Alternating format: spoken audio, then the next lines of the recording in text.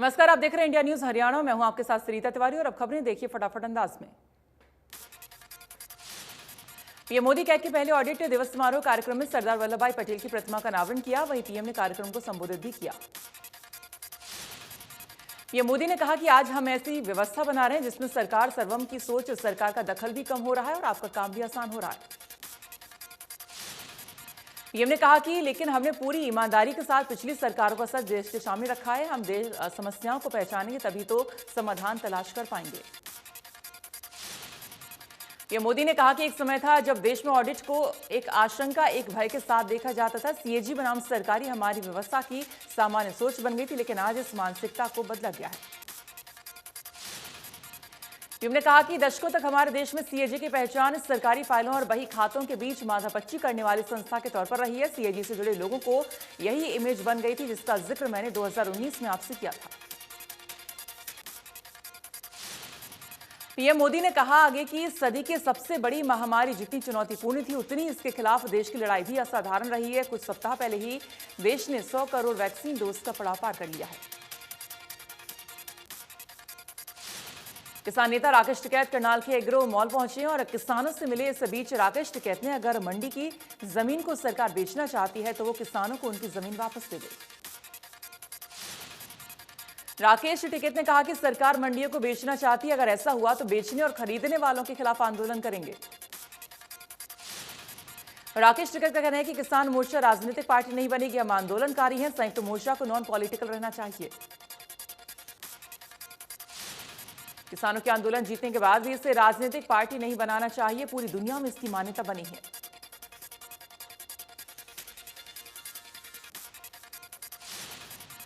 करनाल के डेराकार सेवा गुरुद्वारा में भारतीय किसान यूनियन की 5 घंटे तक बैठक हुई है। बैठक में भारतीय किसान यूनियन के नेता गुरनाम सिंह चढ़ूनी मौजूद रहे। संयुक्त किसान मोर्चा के सीनियर नेता सुरजीत सिंह समेत प्रदेश के सभी जिलों के प्रधान और पदाधिकारी भी बैठक में शामिल हुए। चुनाव लड़ने पर चढ़ूनी ने कहा कि हम पंजाब में प्रत्याशी उतारेंगे, वहां पर मिशन पंजाब शुरू किया है। मैं चुनाव नहीं लड़ूंगा तो पार्टी लोगों को लूट रही है, उनको किराना करने के लिए ऐसा करना जरूरी है।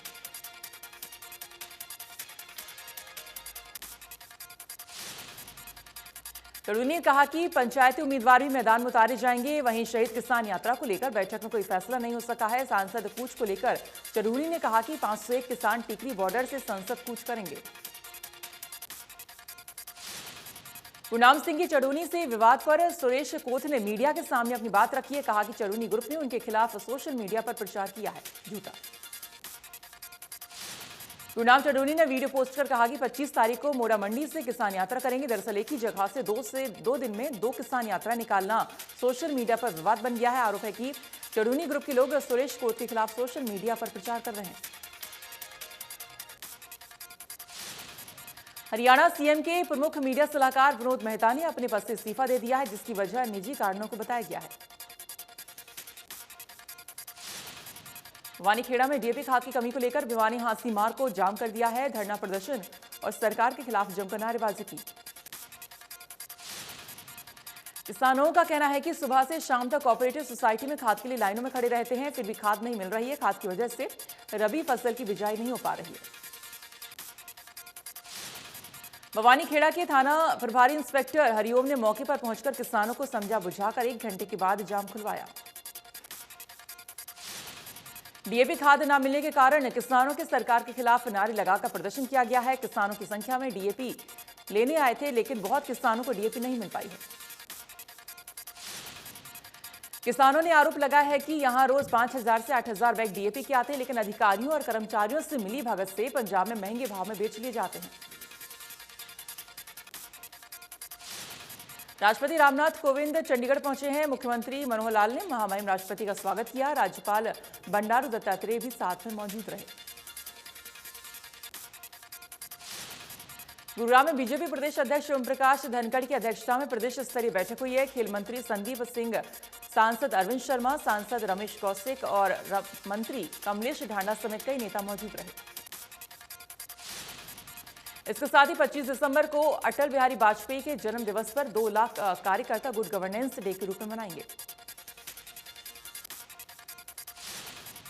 एनसीआर क्षेत्र में बढ़ते वायु प्रदूषण को लेकर पूर्व शिक्षा मंत्री गीता भुक्कल ने कहा कि बढ़ते प्रदूषण के लिए हरियाणा, पंजाब और दिल्ली एक दूसरे पर दोषारोपण कर रहे हैं।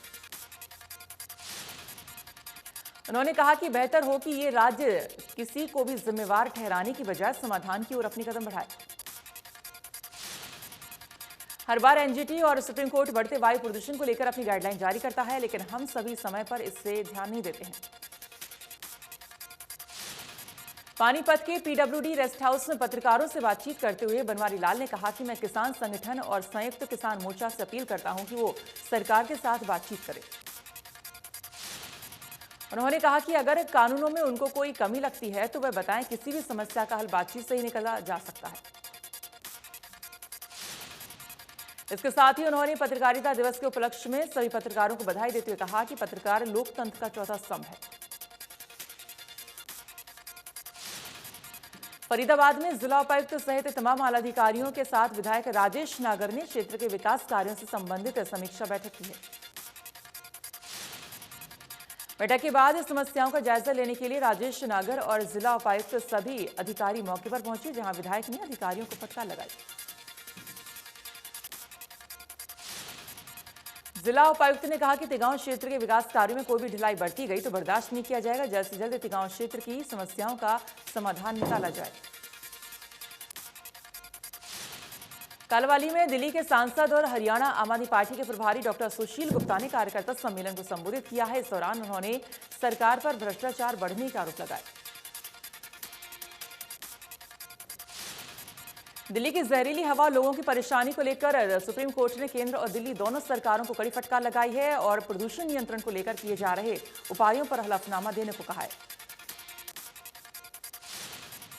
कोर्ट ने कहा कि हम चाहते हैं कि प्रदूषण कम हो, हमें राजनीति से कोई मतलब नहीं है। कोर्ट ने सॉलिसिटर जनरल से कहा कि हमने पिछली सुनवाई में कहा था कि स्थिति बहुत खराब है। सुप्रीम कोर्ट ने कहा कि हमें तत्काल सोल्यूशन चाहिए। दिल्ली एनसीआर में प्रदूषण मामले को लेकर सुप्रीम कोर्ट अब बुधवार से सुनवाई करेगा। बढ़ते वायु प्रदूषण की वजह से दिल्ली सरकार के बाद अब हरियाणा सरकार ने भी स्कूलों को बंद करने का फैसला किया है। हरियाणा सरकार ने गुरुग्राम, फरीदाबाद, सोनीपत और झज्जर में 17 नवंबर तक स्कूल बंद करने की घोषणा की है।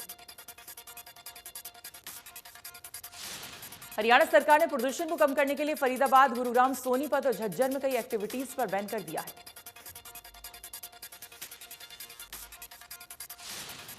गुरुग्राम में प्रदूषण का स्तर खराब होता जा रहा है, जहां पर एयर क्वालिटी इंडेक्स 367 दर्ज किया गया। इस दौरान लोगों को सांस लेने में परेशानी हो रही है। एयर क्वालिटी इंडेक्स खराब होने की वजह से हरियाणा के 4 जिलों में पाबंदी लगाई गई है। इसके बावजूद आसमान में स्मॉग छाई हुई है। प्रदेश सरकार ने बढ़ते प्रदूषण को लेकर नियम लागू किए हैं। इसके बावजूद सोनीपत में खुलेआम कूड़े के ढेर में आग लगाई जा रही है। फरीदाबाद में बाईपास पर डंपिंग यार्ड के पास कूड़े में लोग आग लगा रहे हैं। किसी भी अधिकारी का ध्यान इस तरफ नहीं है। आग की वजह से प्रदूषण में भी इजाफा हो रहा है। हरियाणा सरकार ने बढ़ते प्रदूषण के मद्देनजर दिल्ली से सटे 4 जिलों में 15 से 17 नवंबर तक स्कूलों को बंद करने के आदेश जारी कर दिए हैं। लेकिन फरीदाबाद में कुछ निजी स्कूल हरियाणा सरकार के इस आदेश की धज्जियां उड़ाते साफ दिखाई दी हैं। अब देखना यह हुआ कि निजी स्कूलों के खिलाफ शिक्षा विभाग क्या कार्रवाई करता है। दिल्ली एनसीआर में लगातार एयर क्वालिटी इंडेक्स बढ़ता जा रहा है, लेकिन सेंट्रल पोल्यूशन कंट्रोल बोर्ड के डेटा को देखें तो उसमें दिल्ली से ज्यादा हरियाणा का नारनौल पोल्यूटेड है। नारनौल का एक्यूआई लेवल 336 अभी भी बना हुआ है। इसके पीछे सड़कों पर उड़ती धूल और पराली का धुआं भी एक वजह बताया जा रहा है। गुरुग्राम के एम्बियंस मॉल यू टर्न पर प्रदूषण की धज्जियां उड़ती दिखाई दी हैं। मॉल के बाहर जनरेटर के धुएं से गुब्बार उठता दिखाई दिया। दिन दहाड़े चल रहे जनरेटर ने फिर सांसों का संकट बढ़ा दिया है। प्रदूषण की हाहाकार के बीच गुरुग्राम में पनप रहे दमघोटू वातावरण को जनरेटर मजबूत करने का काम किया जा रहा है।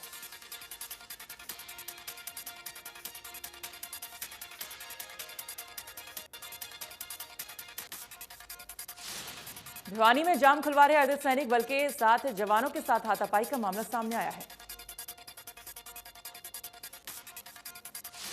यहां मौजूद लोगों ने जवान का डंडा लेकर उसी डंडे से जवान के साथ मारपीट की है। मौके पर पुलिस पहुंची और मामले को शांत करवाया। ऑल इंडिया कांग्रेस कमेटी के नवनियुक्त सेक्रेटरी और पंजाब चंडीगढ़ सह प्रभारी चेतन चौहान अंबाला पहुंचे हैं, जहां उनका स्वागत कांग्रेसियों ने किया। उनकी पार्टी कार्यकर्ताओं ने उनका मुंह मीठा करवाकर बधाई दी है। चेतन चौहान ने कहा कि पार्टी के साथ युवाओं को जोड़कर मजबूत करना मेरी प्राथमिकता रहेगी। आने वाला समय कांग्रेस पार्टी का है। सोनीपत में तकनीकी खामियों की वजह से 3 दिनों तक शुगर मिल बंद रहेगी। वहीं किसानों से अपील की गई है कि जब तक शुगर मिल ठीक नहीं हो जाती है तब तक किसान शुगर मिल गन्ना नहीं लाएं। भिवानी का सप्रेरित आदर्श गांव श्री महामहिम राष्ट्रपति महादेव महोदय के आगमन को लेकर दुल्हन की तरह सजाकर तैयार कर दिया गया है। राष्ट्रपति महोदय 17 नवंबर को शहर की तर्ज पर बने गांव सुई को जनता को समर्पित करने के लिए पहुंच रहे हैं। उनके आगमन को लेकर मुख्य मार्गों की सड़कों को ठीक किया जा चुका है। आने जाने वाले रास्तों को झाड़ियों और गंदगी को हटाया जा चुका है। महामहिम राष्ट्रपति से नजदीकी भेंट करने वाले ग्रामीणों का कोविड टेस्ट किया जा चुका है। प्रसिद्ध ऐतिहासिक राज्य स्तरीय मेला कपाल मोचन विधिवत रूप से शुरू हो गया है। 5 दिन तक चलने वाले इस मेले का उद्घाटन हरियाणा वित्त विभाग के अतिरिक्त मुख्य सचिव संजीव कौशल ने किया।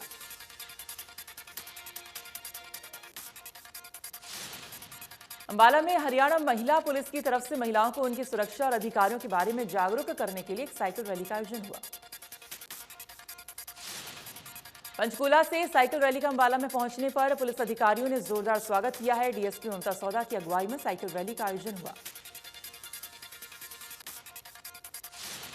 डीएसपी ममता सौदा ने बताया कि ये साइकिल रैली प्रदेश के सभी जिलों में महिलाओं को उनकी सुरक्षा, सामाजिक और कानूनी अधिकारों सरकार की तरफ से उनके लिए चलाई जा रही स्कीमों के बारे में जागरूक करेगी। राष्ट्रीय और अंतर्राष्ट्रीय स्तर पर पहलवानी में लोहा मनवा चुके और देश के लिए अनेकों मेडल लाने वाले दादरी के 88 वर्षीय पहलवान सज्जन सिंह को ध्यानचंद लाइफ अचीवमेंट अवार्ड मिला है। राष्ट्रपति से अवार्ड मिलने के बाद पहलवान ने उनके पैतृक गांव समस्तपुर में आयोजित कार्यक्रम में ग्रामीणों के द्वारा उन्हें सम्मानित किया गया। पहलवान सज्जन सिंह साल 1960 में रोम ओलंपिक सहित विभिन्न अंतर्राष्ट्रीय प्रतियोगिताओं में देश का प्रतिनिधित्व कर कई पदक जीत चुके हैं। तो शाम की विधायक किरण चौधरी भिवानी पहुंची हैं। वहां उन्होंने स्थानीय पार्क में लगी स्वर्गीय चौधरी सुरेंद्र सिंह की प्रतिमा पर पुष्प अर्पित किए। उन्होंने कहा कि चौधरी सुरेंद्र सिंह ने विकास की झड़ी लगा दी थी, लेकिन आज की सरकार विकास तो दूर की बात है, जो विकास हो चुका है उसको भी नहीं टिका पा रही है। हांसी पुलिस की ओर से किसान नेता विकास सिसर के खिलाफ मामला दर्ज किया गया है। ये मामला हांसी पुलिस के ही एक कर्मचारी की शिकायत पर दर्ज किया गया है।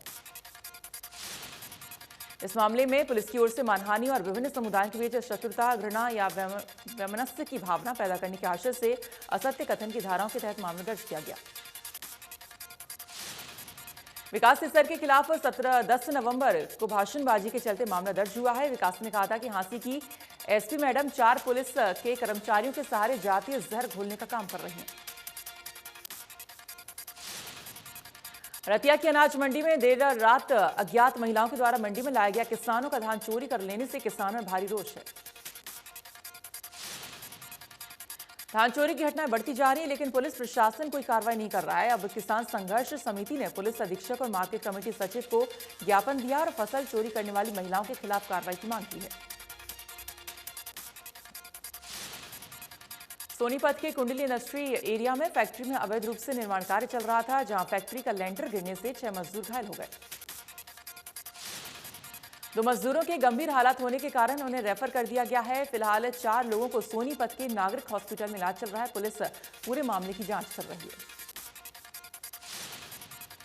गुरुग्राम के कासिम गांव में दिवाली के दिन पूर्व सरपंच के परिवार पर हुई फायरिंग के मामले में अब चौथी मौत हो गई है। 40 वर्षीय बलराम ने इलाज के दौरान मेदांता में दम तोड़ दिया है, जिसके बाद गुस्साए परिजनों ने मेदांता के बाहर प्रोटेस्ट किया है और शव को लेने से इनकार कर दिया। इस फायरिंग हमले में 6 लोग घायल हो गए हैं, जिनमें से 3 की मौत पहले ही हो चुकी थी और अब चौथे व्यक्ति ने भी दम तोड़ दिया है। 2 लोग अभी भी जिंदगी और मौत से लड़ रहे हैं। भिवानी की चौधरी बंसीलाल यूनिवर्सिटी के छात्रों ने सुबह बसों के ना रुकने की वजह से भिवानी हिसार मार्ग पर जाम लगा दिया है। जाम से दोनों और वाहनों को लंबी लंबी कतारें लग गई हैं। छात्रों का कहना था कि बस चालक जानबूझकर बसों को नहीं रोकते हैं। नीलोखेड़ी के तरावड़ी रमत चौक के पास एक कार में अचानक से आग लग गई। देखते ही देखते कार धू कर जल गई। पुलिस ने फायर ब्रिगेड को बुलाकर आग पर काबू पाया। तरावड़ी थाना प्रभारी मनोज वर्मा ने बताया कि कार में लगी आग को बुझा दिया गया है। नरोदा में आसमान से गिरा हुआ 70 किलो का पत्थर स्कॉर्पियो गाड़ी से टकराया। टक्कर में गाड़ी का अगला हिस्सा टूट गया है। गाड़ी सवार बाल बाल बचे। पत्थर को लेकर स्कॉर्पियो चालक थाना पहुंच गया है। स्कॉर्पियो चालक करनाल से पानीपत जा रहा था। गाड़ी में 5 लोग सवार थे। पुलिस जांच में जुटी। कैथल में बदमाश बेखौफ घूम रहे हैं, जिन्हें कानून का कोई भय नहीं है। बाइक सवार अज्ञात युवकों ने पुंडरी सिटी थाने से महज कुछ ही कदमों की दूरी पर एक दुकान पर 10 राउंड फायरिंग कर दी। मंगलवार सुबह अज्ञात बाइक सवार ने दुकानदार को 50 लाख रुपए मांगकर जान से मारने की धमकी दी है। गोली चलने से किसी के घायल होने की सूचना नहीं है, लेकिन दुकान मालिक सदमे में है। देश में पिछले 24 घंटों में 8,865 नए मामले सामने आए हैं। एक्टिव केस 1,30,000 के पार। 11,971 मरीज रिकवर। 197 लोगों ने गंवाई जान। केरल में कोरोना के 4,547 नए मामले मिले हैं। पिछले 24 घंटे में 19 संक्रमितों की मौत हो गई। एक्टिव केस की संख्या 65,000 के पार। 6,866 मरीज रिकवर। दिल्ली में कोरोना के 16 नए मामले मिले हैं। एक्टिव केस 330 के पार। 27 मरीज रिकवर।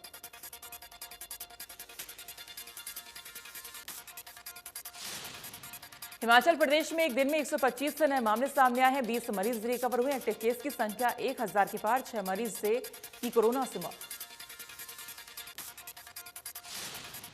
हरियाणा में कोरोना के 14 नए मरीज मिले हैं। 15 मरीज रिकवर हुए। एक्टिव केस 140 के पार। वायुसेना को तेजस फाइटर के लिए मिली हेमर मिसाइल। वायुसेना की बड़ी ताकत। बालाकोट जैसा हमला करना और आसान।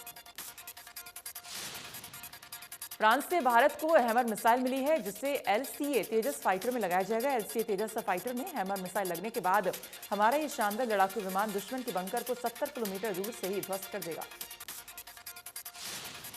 ये दूरी तो मिसाइल के हिसाब से छोटी है, लेकिन इससे बालाकोट एयर स्ट्राइक जैसे मिशन को पूरा करने में काफी मदद मिलेगी, क्योंकि कम दूरी से मारी गई मिसाइल से सटीकता बढ़ जाती है। श्रीनगर के हैदरपुरा इलाके में सुरक्षा बलों के साथ मुठभेड़ में 2 आतंकियों की मारे जाने की खबर है। इसके अलावा एक आम नागरिक की भी मौत हो गई है। जम्मू कश्मीर के SOG ने विशिष्ट इनपुट पर हाइप रोपोरा के पास से रिहायशी इलाके को घेर लिया था। यहां 2 आतंकवादियों को सुरक्षा बलों ने ढेर कर दिया। हाल ही में खुफिया एजेंसियों ने घाटी में आतंकी वारदात में शामिल पाकिस्तानी आतंकियों की लिस्ट तैयार की है, जिसमें 38 आतंकियों के नाम शामिल हैं। यूपी विधानसभा चुनाव से पहले ही बीजेपी को बड़ा फायदा। सपा बसपा के 10 MLC पहले ही बीजेपी में शामिल, जिसकी वजह से विपक्षी पार्टी का पलड़ा और भी कमजोर होता नजर आ रहा है।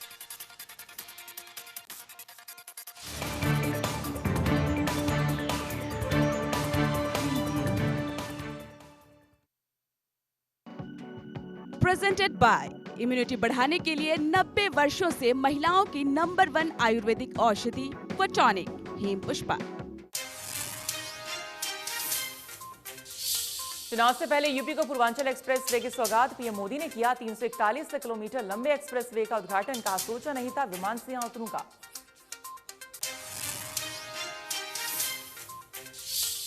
चंडीगढ़ पहुंचे राष्ट्रपति रामनाथ कोविंद। राज्यपाल बंडारू दत्तात्रेय और मुख्यमंत्री मनोहर लाल ने किया स्वागत। कल भिवानी के सुई गांव में कई विकास कार्यों का करेंगे उद्घाटन। प्रदूषण से निपटने के लिए दिल्ली सरकार ने दिया वर्क फ्रॉम होम का सुझाव। सुप्रीम कोर्ट के आदेश पर केंद्र ने दिल्ली, हरियाणा समेत NCR में शामिल राज्यों के साथ बैठक की है। कल कोर्ट में देना है जवाब। देश के सबसे प्रदूषित शहरों में हरियाणा के नारनौल का नाम। दिल्ली से भी ज्यादा 359 दर्ज किया गया है AQI लेवल। जींद में भी 350 पहुंचा एयर क्वालिटी इंडेक्स।